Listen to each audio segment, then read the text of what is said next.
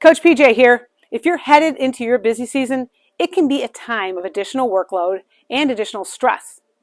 You are expected to sustain a growing level activity over a long period of time, maybe the next 3-4 months. And sustaining your pace in a marathon is very different than a sprint, and it takes a different approach. Here are some ideas on things that you can do to sustain your level of activity over the busy season. First, self-care. I put this first because it's about nutrition. It's about, do you have the right snacks in your world? Because you may not get a chance to eat a meal the traditional way. You may need to eat a little bit more on the fly. So make sure you have good, healthy snacks, good, healthy alternatives in your space. Sleep. Are you getting enough sleep?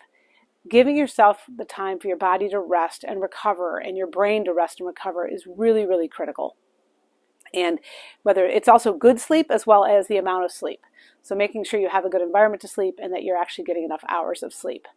And then there's physical activity on the self-care side.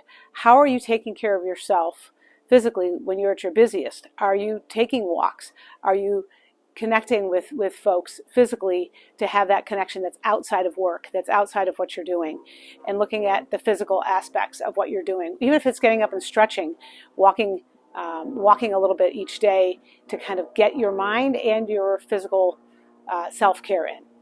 Second, organization. Getting more organized to increase efficiency. Is your physical space organized? Do you have the desk, the space, the workspace? Have you really set aside how you're going to physically get the work done, if that's an element?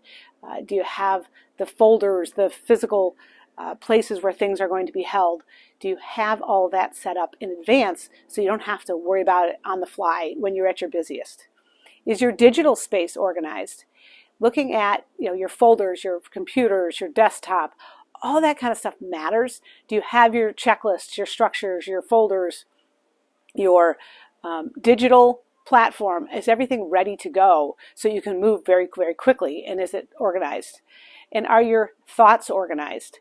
Have you gone through the process of really planning, which is the next one, but have you thought through how you're going to attack the season, what your mindset's going to be, what it looks like? Have you given your thoughts the time to picture how the season is going to go and what it's going to look like? Which leads me into planning. Is this business running you, or are you going to run the business? And are you going to run it from a plan of, here's what's going to happen different weeks, here's what I have planned, here's what I want to execute, here's what everybody's role is going to be, here's how we're going to do this, so that you have scenario planning as well. So when things don't go as well, what about when you don't have the inventory or you have capacity issues? What are you going to do to fill that gap depending on the workload in your busy season? Next, realistic expectations.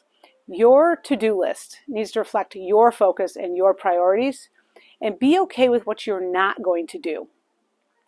We often build a to-do list and we do a brain dump and we have great ideas, but they're not all realistic based on where you are in your business at this point in time.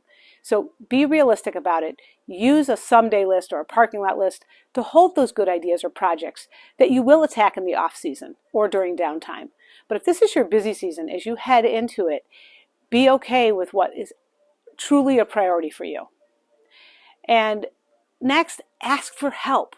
It could be for ideas, it could be for moral support, it could also be to lessen your burden or to take things off your mind. But know how to ask for help, know where to go for help, know where to look for those resources that are going to lessen your burden, whether it be actual physical work or emotional. That is going to be critical for you to keep sanity in this busy season. And then last but not least, be okay with good enough. Perfection is not always necessary. Choose when perfection is necessary and when it is not. And this will keep your sanity. There are times when perfection, when a high quality is expected and you want to be there and you want to be that business, that vendor, that person who's providing it. But it's not always 100% necessary. So keep that in mind. If this is something that you're interested in learning more about, I have a number of ways to do that.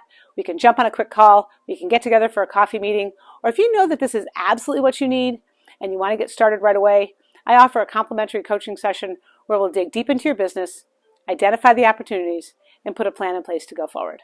If you got value from this video, like, subscribe, comment below, helping you get the business you deserve, your business profit. Until next time.